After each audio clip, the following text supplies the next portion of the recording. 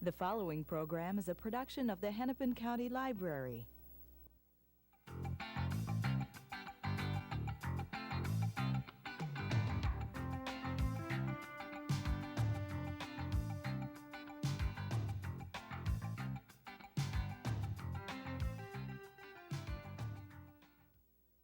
Hello, this is a discussion with Douglas Adams. My name is Kay Drocky, and Douglas is here today from Great Britain, the author of the Hitchhiker's Guide trilogy and several other books, Dirk Gently and recently Last Chance to See, a nonfiction book about endangered species. So, your most recent book's mostly Harmless, and this is the fifth in the increasingly inaccurately named Hitchhiker's trilogy. I liked that. As a librarian, of course, we always have problems with these trilogy series things. Is this going to be the last Hitchhiker's Guide book?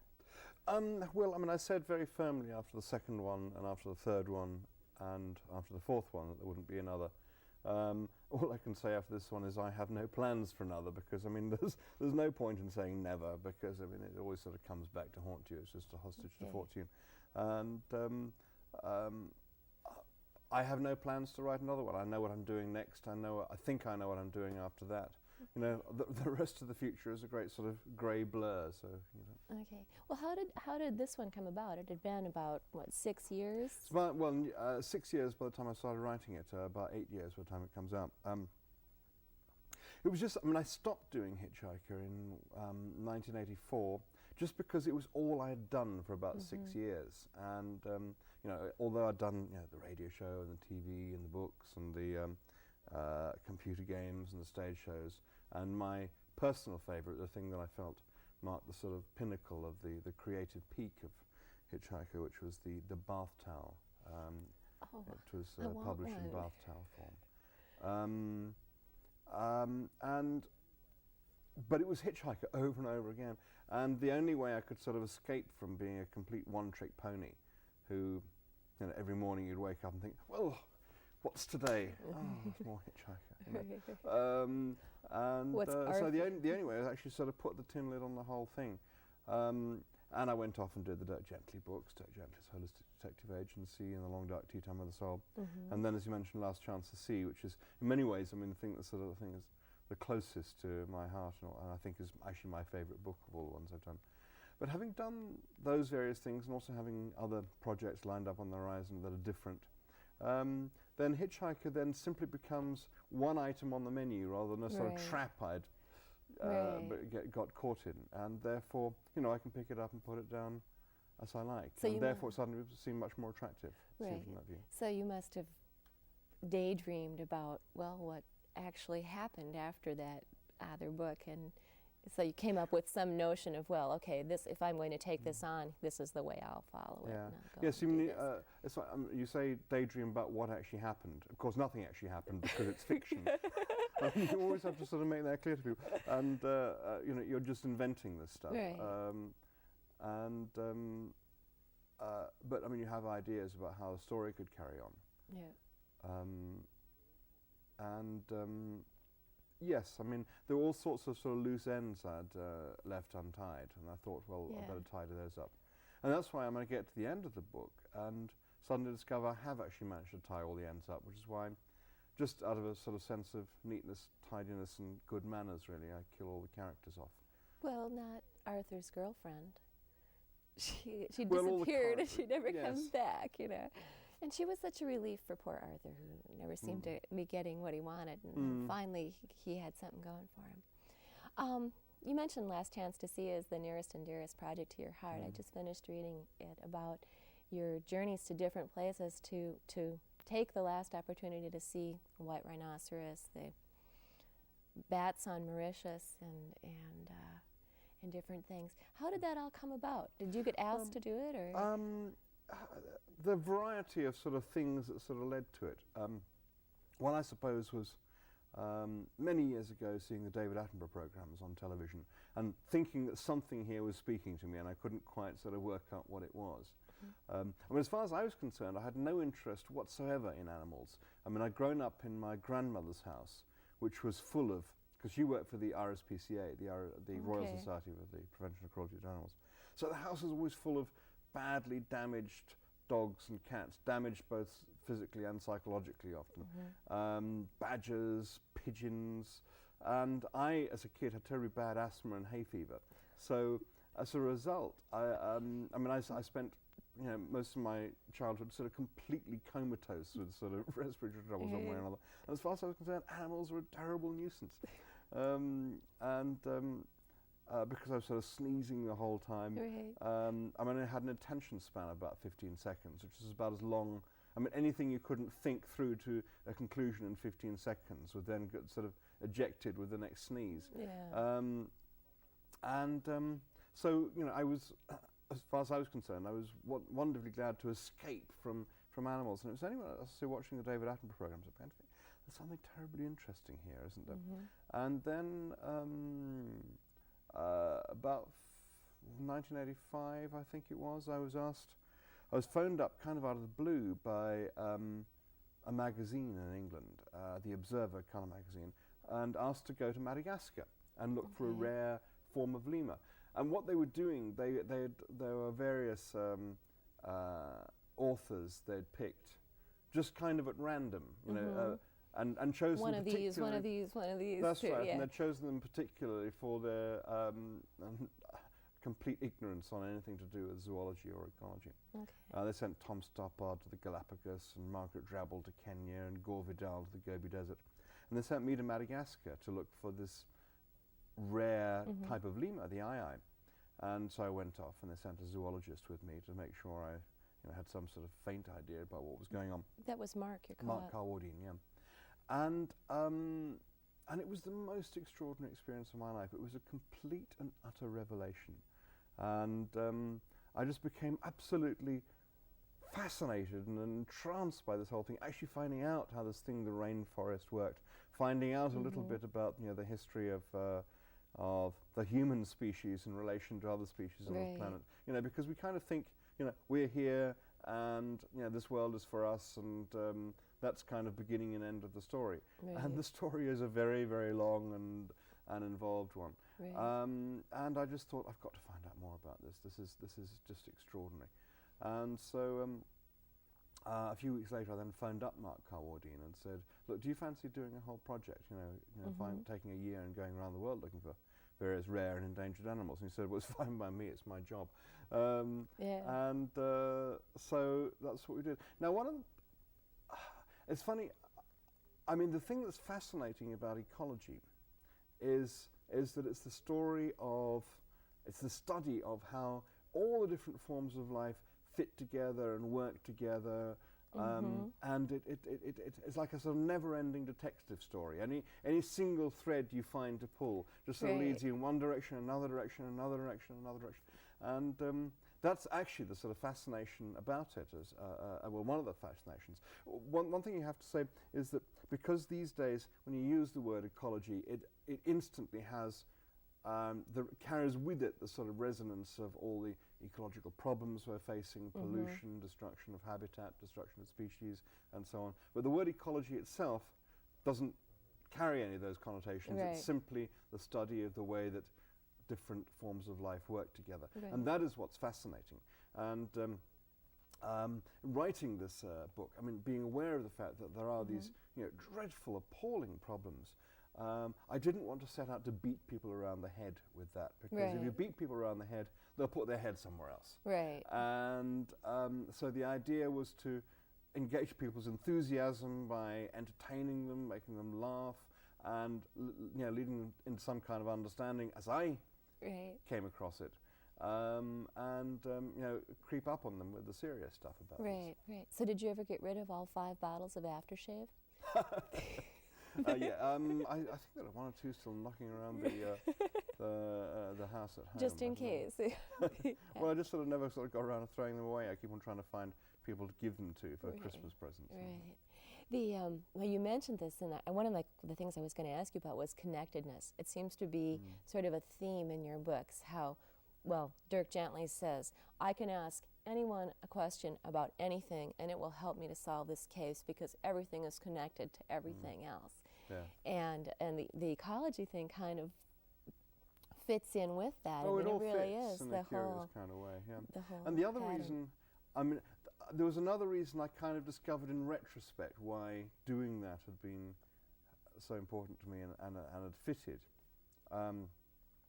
which is that the thing that continually fascinates me is how we actually see the world.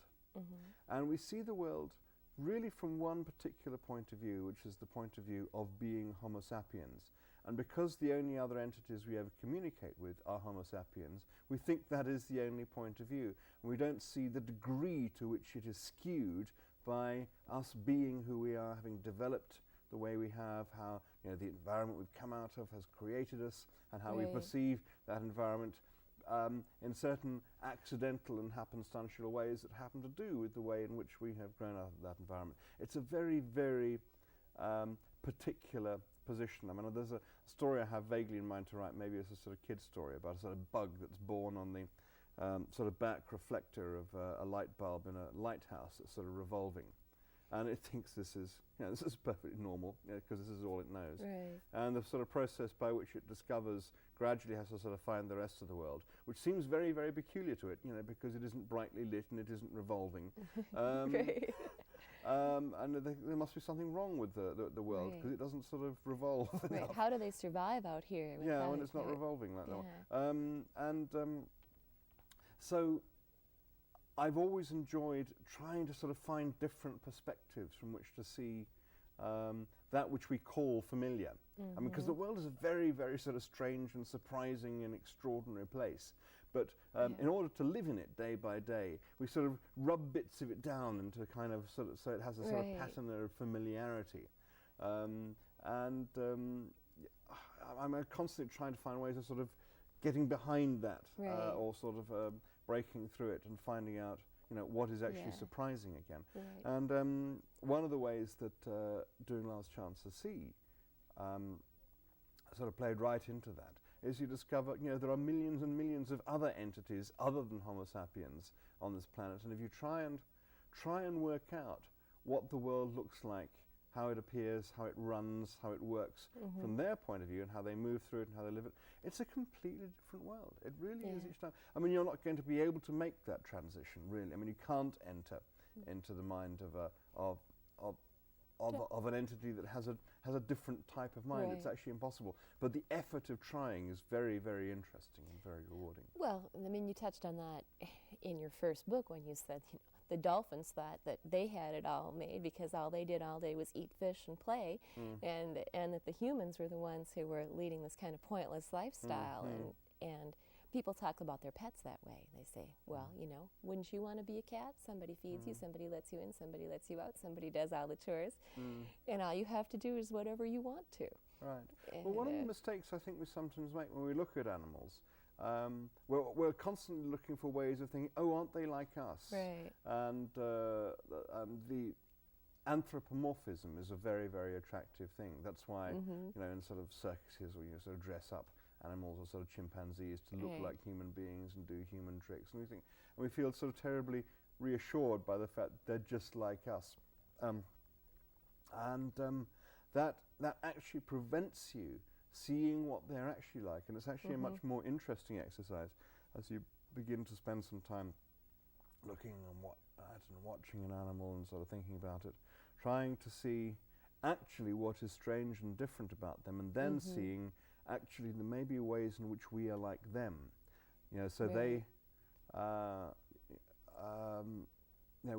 it's in a sense we should be using it to try and think more freshly about ourselves, rather than saying, oh, well, they're just like us, so they can come in this in the circle, and we don't have to think about anything else. Right. Yeah, we've been thinking about that this fall here in Minnesota about, don't you wish you could hibernate? And I wish I could hibernate. I'd love to be sort of wrapped in an eiderdown and put in the bottom of a cupboard and woken up with a saucer of milk sometime at the end of February. Right, when the sun starts to come out again. That would be nice. To switch to something completely different, I was asked to ask you how you're getting along with your Macintosh now. Apparently you wrote something at one point about some frustration that you were having with your computer? Oh, well, I quite regularly write stuff about computers. I quite often write for Mac User Magazine. I talk at Okay, computer well, that's probably where it came from. Yeah. So that's a working relationship for you. Oh, absolutely, yes. I think I probably have the world's largest collection of Macintoshes in private hands. And it's been very interesting, actually, sort of learning to think about the computer, because, again, I mean, it sort of reflects back on what I was just saying. Another way of thinking. That there are all sorts of questions like what do we mean by language? What do we mean by communication? What do we mean by ideas? What do we mean by work? How do we handle ideas? How do we handle concepts? And because, you know, again, the only entities we ever discuss such matters with are ones that have an innate ability to do language anyway. So we share all sorts of assumptions. You therefore never spot the fact those assumptions are being made. Assumptions are the things we don't know we're making. What has been terribly interesting now that we have this sort of new form of entity with which we can, by some means, communicate. We're having to sort of think this out right from scratch again, because you know, a bucket of reconstituted sand has no innate ability to, you know, to think, to imagine, to communicate, and we're having to sort of teach it all these things bit by bit, whereupon we begin to discover there's much more to it than we had ever realized or thought or imagined. Any teacher will tell you the best way of understanding something is to have to explain it to somebody else. And the process of trying to explain to something as mindless and stupid as a computer what communication actually means is a way of actually having to make yourself understand it in ways or challenging yourself about it in ways we've never done before. The other very interesting thing is that I was trying to work out what the computer actually is, because we've been through various different ideas about what a computer is, and we still haven't quite got it right, but we've now got some important clues. And it used to be that when the first computers came about, we thought of them as sort of giant adding machines. They could add up numbers very, very fast, and we developed them as sort of adding machines with long feature lists. Then after a while, we've become rather sort of intrigued at the fact that we can add up these numbers so fast and manipulate them so fast. So we begin to think, well, maybe if we make these numbers stand for other things, then maybe we'll be able to manipulate those things. So we put letters, and we make the numbers stand for letters, and suddenly we've got a whole new idea about what the computer is, which is that it's a typewriter. So we think that is terribly exciting, because the computer is now a typewriter with a long feature list, and we develop it like that. And then we think, well, now that we're beginning to get the hang of this, we can make the numbers stand for instance, the elements of a graphic display, pixels. And suddenly we have a whole new idea that the computer is a wonderful kind of television. So we develop it as a television with a long feature list, with a typewriter stuck in front of it. Now the point is, it's actually none of these things. But the significant point is that we've been able to model each of these things in the computer. Because what the computer is a modeling device. And we bring to it, we make models inside it of things that we already know how to use, like the calculator, the typewriter, and the television. Bringing that model empowers us to use the computer, but also quite often prevents us seeing beyond that model. So we've got to find more and more sort of powerful and flexible models for the computer in order that we can model things helpfully and productively in it. Now, one of the things that this modeling capacity has had is it's changed all sorts of fundamental things about the way we go about investigating the world. Now, since the time of Newton, who was the first man to invent the scientific method, learning how to abstract principles from the sort of chaos of observed phenomena. Basically what we've done, the way we've done it, it's the only way available to us, and it's been very successful, is taking things apart to see how they work. Now, what the computer with its modeling capacity and its ability to reiterate processes at phenomenal speeds, to do calculations trivially that otherwise it would take us sort of months and months to do and wouldn't even know if we were getting anywhere. You know, the computer can say, have a go at this, have a go at that, let's have a look at this. In the end, what we can do is we can, instead of taking things apart to see how they work, we now are able to be in a position where we put things together to see how they work, and that is a very, very powerful new way of trying to understand the world. There's some software called SimCity and SimEarth where you start out with the planet and you decide the parameters of the planet. It's going to have this type of atmosphere, the temperature range is going to be like this, and then it's this percentage of water. And then you start it going and see what happens.